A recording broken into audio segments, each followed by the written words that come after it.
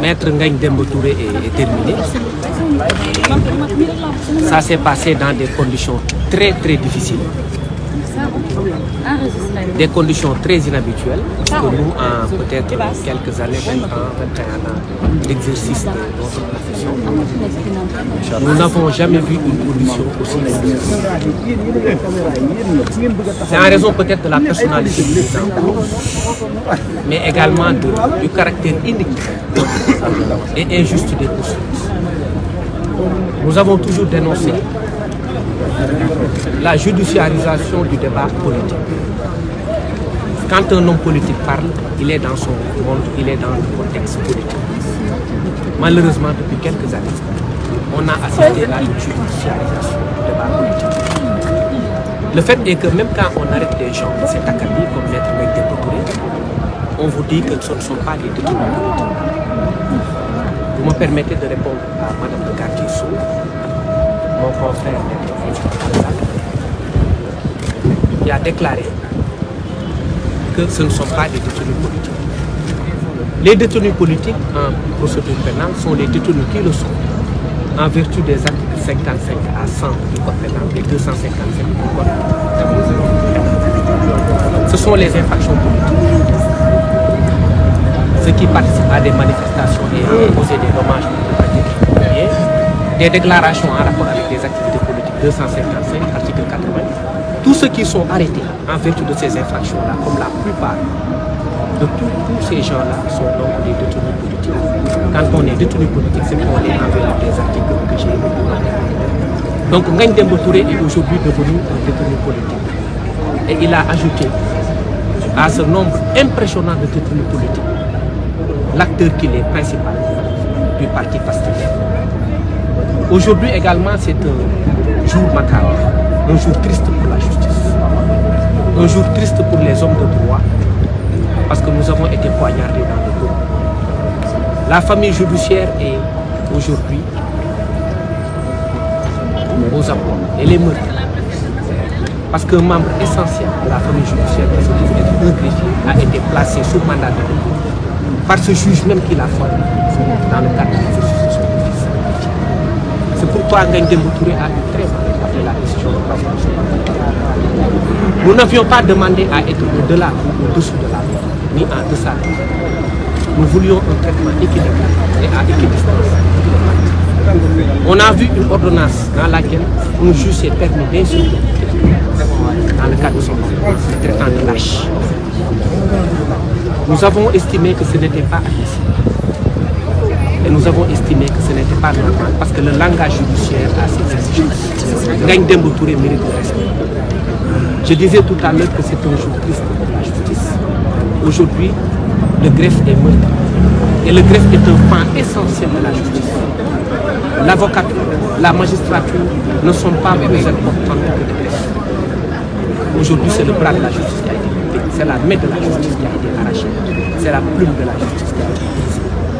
Ngagne Demba Touré est aujourd'hui malheureusement en prison. Et c'est un événement qui est très triste.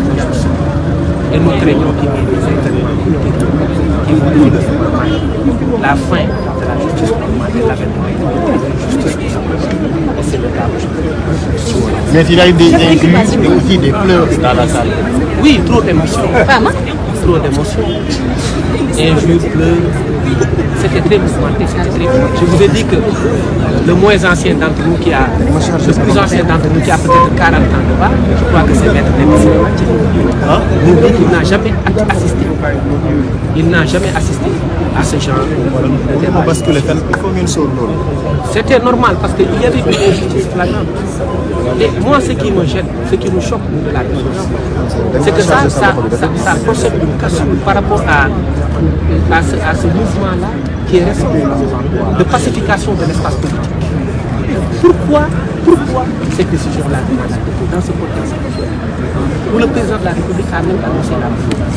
en disant qu'il allait pacifier l'espace politique et réconcilier les cœurs et réconcilier les C'est incroyable. C'est incroyable. Comment peut-on placer quelqu'un sous mandat dans ce contexte-là? Et Ngagne Demba Touré est un élément essentiel du parti. Et nous sommes meurtris. Nous estimons que cette décision est grave et que nous estimons également que cette décision est très mal. Les chefs Quelqu'un me demandait cela tout à l'heure, je ne comprends, je ne connais même pas le nom exact de cette occupation, tellement c'est abondant. Et je vous fais la révélation que même Maître Ngagne Demba Touré est beaucoup plus chargé, a été beaucoup plus chargé par le juge du deuxième cabinet que Ousmane Sonko. Ousmane Sonko est beaucoup moins chargé que Maître Ngagne Demba Touré. Terrorisme, outrage à magistrat, violence, voie de fait, offense au chef de l'État, tout y quanti, des infractions. On parle des propos dirigés contre Antoine Diome, des infractions sans aucune unité de destin, aucune logique, mis sur la tête d'un jeune policier. Pour moi, c'est une honte. Pour moi, c'est très grave. Je pense qu'il faut qu'on revienne aux fondamentaux de la République. Il faut arrêter de judiciariser les débats politiques. Il faut qu'on revienne à la base. Nous sommes tous devenus presque fous dans ce contexte où le leader de cette nation a dit qu'il allait réconcilier les cœurs. Aujourd'hui, un couteau a été planté dans le dos de la justice et dans le dos des acteurs politiques. D'accord, mais est-ce avéré que le procureur n'a pas requis de mandat de dépôt? Il y a une question.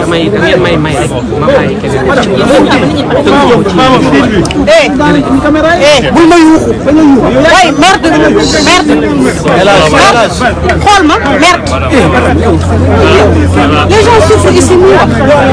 Salam alaikum.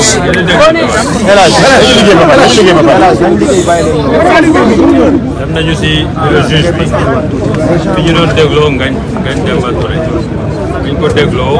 ba ñu ñëwee wan nañu juge bi Ngagne Demba Touré moom juge bi ci boppam compétence pour mettre ko sous mandat parce que code de procédure pénale article 663 bis dafa wax ni bu dee en matière de délit lañ la poursuivre moom juge bi amul sañ-sañ pour arrêter Ngagne Demba chambre d'accusation moo am sañ-sañ génneel ko loolu moom juge bi mu taxaw mu ni déet kooku dañ ko wax waaye su fekkee greffier bi si liggéeyam la yem loolu si liggéeyam la ko defee si ne yi appliqué article 663 te article 663 waxul loolu affaire crime la wax Ngagne Demba Touré da ngeen Bamba Cissé lu mu leen wax léegi charge yi nga ko teg teguñu ko Ousmane Sonko teguñu ko Bassirou Diomaye Faye mosuñ gis charge yu mel ni lépp loo xalaat lu nekk si code de procédure pénale pratiquement teg nañ ko waaw mais nag li si raw mooy su amee ay incident c'est parce que également peut-être juge bi moo matal mu matoon du am incident matadem moo tax parce que nit ki booy def sa liggéey da nga koy def si li ko droit tërale amoo def sa liggéey droit def sa liggéey parce que da nga am benn inculpé bu nekk foofu nga foog ne yow yaa gën nekk Sénégal ba ngay saaga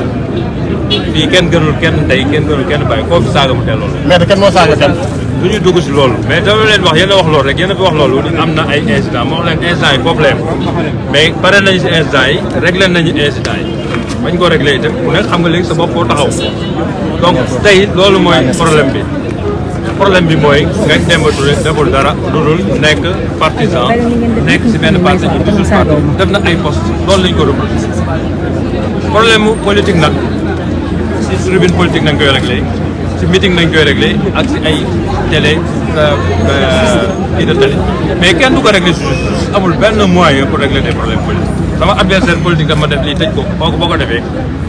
da nga def li la neex rappelé nañ yooyu yëpp juge bi malheureusement malgré ça li ñuy gën a heurté ñun mooy juge bi 45 minutes avant mu jël décision am na benn journal bu publié ni juge bi jël na décision ba placé na Ngagne Demba Touré en détention donc journal boobu xam na ñoom lu ñu xamul xam na li nga xam ni ñoom tëral nañ ko avant c'est ça qui nous a fait mal et c'est ça qui a fait le plus mal aux greffiers qui sont là et à Ngagne Demba Touré avant même ñuy décider am na benn journal bu ko bind juge bi placé na Ngagne Demba Touré te moom moment boobu juge bi mi ngi doon motiver ordonnance am pour wax lii ak lii laa décidé donc décidé gul àggagul si décision lii ngeen soulevé lii laa si toll wax ngeen lii wax naa lii laa jàpp lii laa jàpp foofu la tolloon mooy xool sama portable benn journal bind ni juge bi placé na Ngagne Demba Touré parce que parquet moo ko déposé moo ko demandé ñun réquisition parquet bu ñu gis amul fu fenn parquet demandé ñu placé ko sous mandat amul fenn fu ko placé demandé donc juge bi aussi bu ñëwee bëgg appliquer article 169 ni c'est dûment motivé parquet sax ko demandé wul wax ma di ko motivé donc yooyu yëpp ay violation la ñun ñëpp taxaw nañu wax ko ni ko justice il faut mu jël ay responsabilités tey parce que ñun dañuy wax greffier si ñu yoon wax moom mooy bunt bi mooy buntu juste mooy buntu booy duggee mooy bit booy génne loolu lay greffier ñun ñëpp nous sommes d'égale dignité muy avocat muy magistrat muy greffier te ñun ñoo bokk li ñuy passé ensemble ñu ko passé ak suñu famille greffier juge boobu nga gis am na greffier bu nekk si bureau bu ñëwee 8 heures ba peut-être 6 heures ñoom ñaar ñooy nekk te kooku bu demee si këram loolu du ko passé di jamono donc il faut qu'on se respecte respect boobu la greffier yi tey di exiger et ils ont parfaitement raison c'est-à-dire bu fekkee yoon daf leen may ak yelleef dañ ko war a respecté fekkoon yoon dafa wax mën na ko placé kon tey greffier doy mais yoon moo wax chambre d'accusation moo am droit de place que bu dee crime la moom crime ay crime la visé wul ay délit ay crime la délit waaw moo tax ñu ni ko yow juge amoo sax droit di ko jàpp amoo droit tey di ko mettre sous mandat donc loolu lañ suley moom mu répondre mu ni non non greffier bi fekkee li mu def daf ko def dans le cadre de son travail unité boobu am mais yoon waxul loolu yoon dafa di bu dee crime bu dee délit moom si liggéeyam lu mu def si liggéeyam kenn mën ko si poursuivre bu dee délit mais bu dee crime mooy acte terroriste yi ñuy wax crime mooy offense au chef de l'État yooyu yëpp ay crime la wax ay acte terroriste ak yooyu yëpp wax na ko donc loolu yëpp amul 663 bis du code de procédure pénale dafa leer naññ si côté boobu donc loolu nag moo ñu metti tey ba ñu taxaw fii ñun tamit war nañ ko suñu métti war nañ wax kaas nañ wax nañ fu ñu am greffier yi aussi c'est tout à fait normal ñu agir de la sorte parce que mënuñu nekk ñoom di rey seen bopp si justice di def ay heures supplémentaires yoo xam du leen ko fay lépp lu ñu leen teg ñu nangu ko ndax Sénégal avancé mais bu fekkee lii dafa am ñoom du suñu seen bopp aussi dafa mel da leen beddi et c'est tout à fait normal donc loolu mooy tey suñu taxawaay mooy taxawaay merci Youssoufa Camara non li ñu dese mooy kon ne xeex bi moom duñu ko bàyyi greffier yi daal président de l'amicale Nous remercions la presse, ses présents, que ce soit la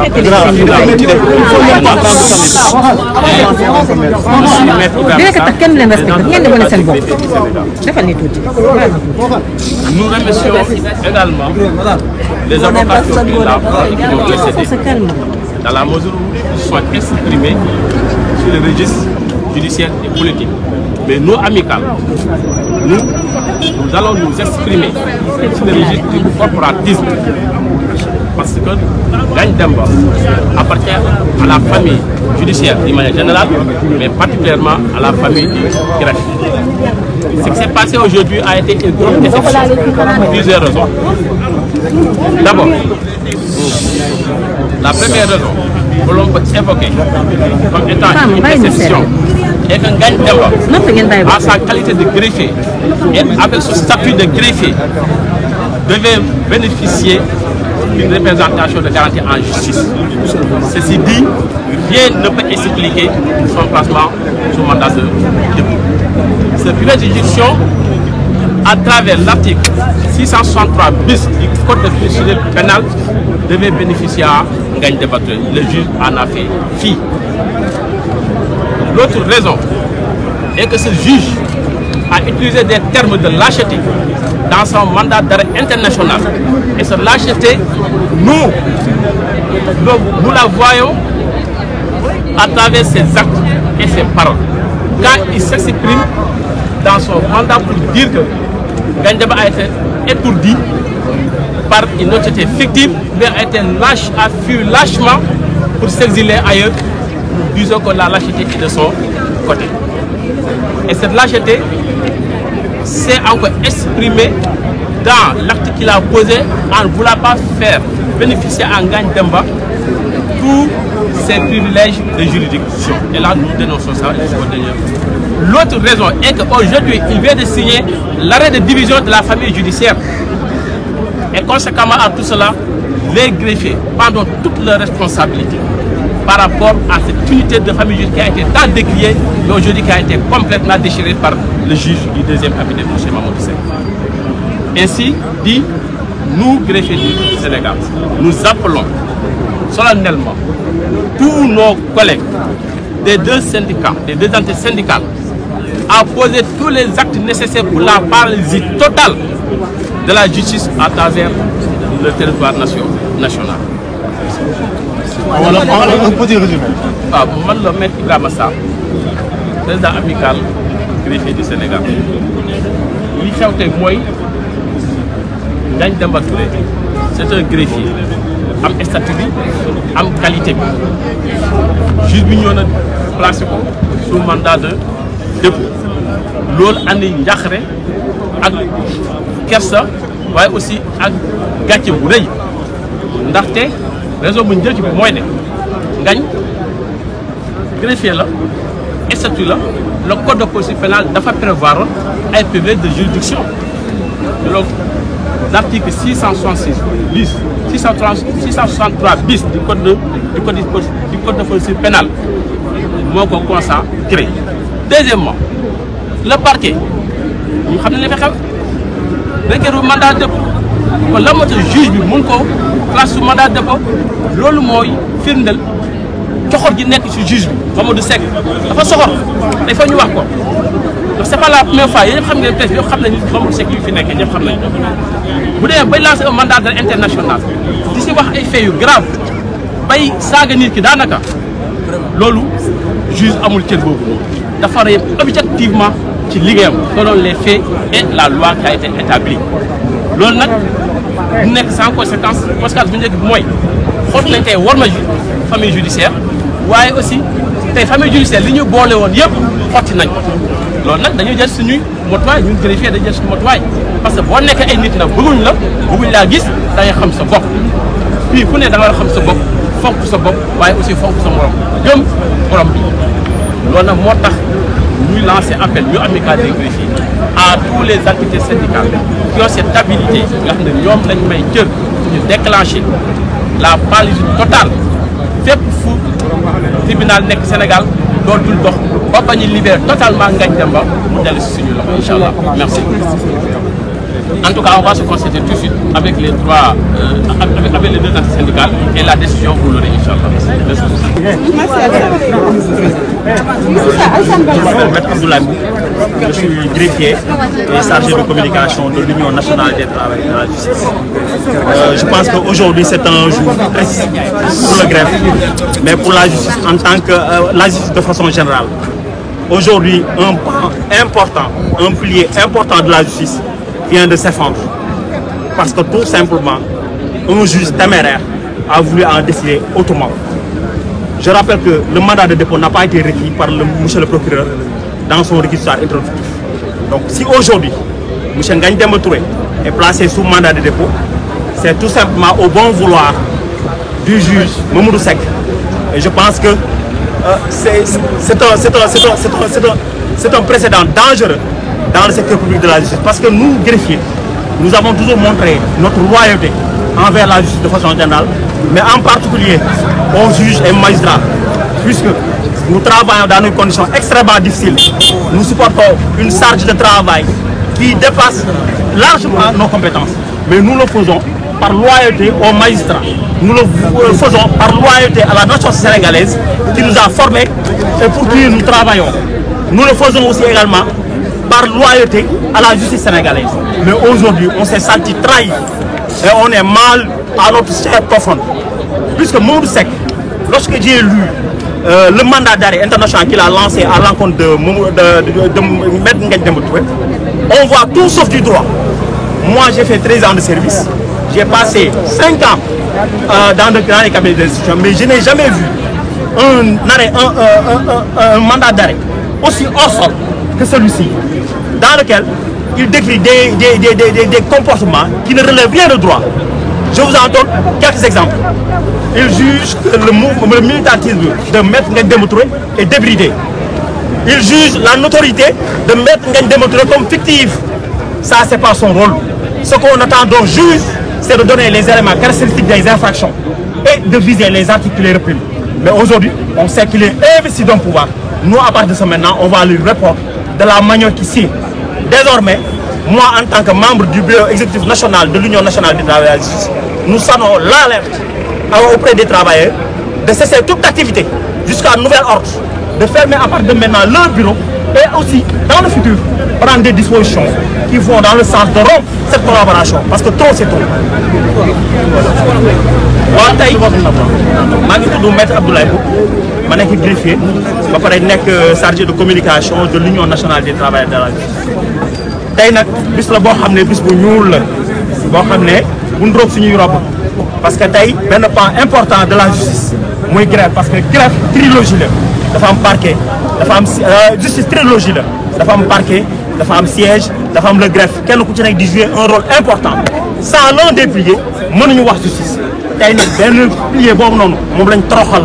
ni ñu ko toroxalee mooy dañu jël benn ci ay doomam boo xam ne deful dara li mu def moom mooy dafa def politique te politique la constitution moom moo ko autorisé ku mu mënti doon ni mu ko autorisé les syndicalistes notamment en son article 8 ñu prévoir ne képp koo xam ne bëgg nga def politique mën nga ko def librement sans être inquiété tey nag Mamadou Seck xam nga ban costume la sol jël passé outre même ses pouvoirs parce que quand même tey réquisitoire introduit am na infraction yu mu visé moom dafa passé outre ces infractions là li ñuy xaar ci mandat d'arrêt pour bu juge d'instruction man mi nga xam ne def naa 13 ans de carrière def naa 5 ans dans un cabinet d'instruction musu ko gis un mandat d'arrêt aussi désinvolte que celui-ci mandat d'arrêt boo xam ne da ngay décréter nit naan waaw notoriété bi mu am c'est une notoriété fictive naan militantisme débridé loolu lu ci yoonam li ñuy xaar moom mooy que mu wax les infractions yi nga xam ne mën nañu ko toppee benn bu ci ne mu caractériser ko tey Kéba Mbaye bu jógoon dina rus tey les 11 magistrats yi nekk ci dëkk bi bu ñu xooloon mandat d'arrêt bii nii dinañu rus parce que du lii lañ ko jàngaloon seen centre de formation judiciaire du lii le peuple sénégalais di xaar ci moom parce que la justice est rendue au nom du peuple sénégalais tey Mamadou Seck a trahi le peuple sénégalais de par ses actes c'est une honte pour la justice ñun nag dañu kanam moo ko borom moo ko fajal boppam li am nii tey dafa ñu wan ne moom du suñu mbokk parce que ñun ku ñu xam kenn xamuñu ci coow le greffier bañ nañ ko moom mooy le seul acteur de la justice bi bokk ci procès koo xam ne dafay noppi coow bokk suñuy mbir boo gisee ñun ñu def loolu c'est parce que dañu am benn genre loyauté envers la justice dañu am benn loyauté envers le peuple sénégalais dañu am loyauté envers l'état du Sénégal moo tax tey li nga xam ci justice bu ñu ko waxoon tey dëkk bi toj mais duñ dëgg ñu ci prononcé parce que nous sommes sous serment mais tey loolu lépp dafay dakk dinañu war ne ñii tey comme que ñu ay noonu la ñu jàppee ñun tamit dañ jël suñuy matukaay d'abord li ñuy jëkk a lancé moom mooy que à partir d'aujourd'hui képp koo xam ne yaa ngi ci greffe nag pour greffier kese dafa am interprète judiciaire dafa am chauffeur dafa am archiviste dafa am secrétaire administratif ñoom ñëpp dañ leen wax à partir d'aujourd'hui ñu tëj seen i bureau bu dee justice ñun bokkuñu ci tey ñun dañ ca xam dara bu ñu mënee rendre justice à ça ñun dañ ko def parce que ñun xam nañ ce que nous pesons tey bu ñu ci nekkul woon tey décision de justice du génn on se tue dans les bureaux mais ñi mérité wuñ ko tey jii on prend ces résolutions jusqu'à nouvel ordre que ne bépp liggéey dootu amati en tout cas en ce qui me concerne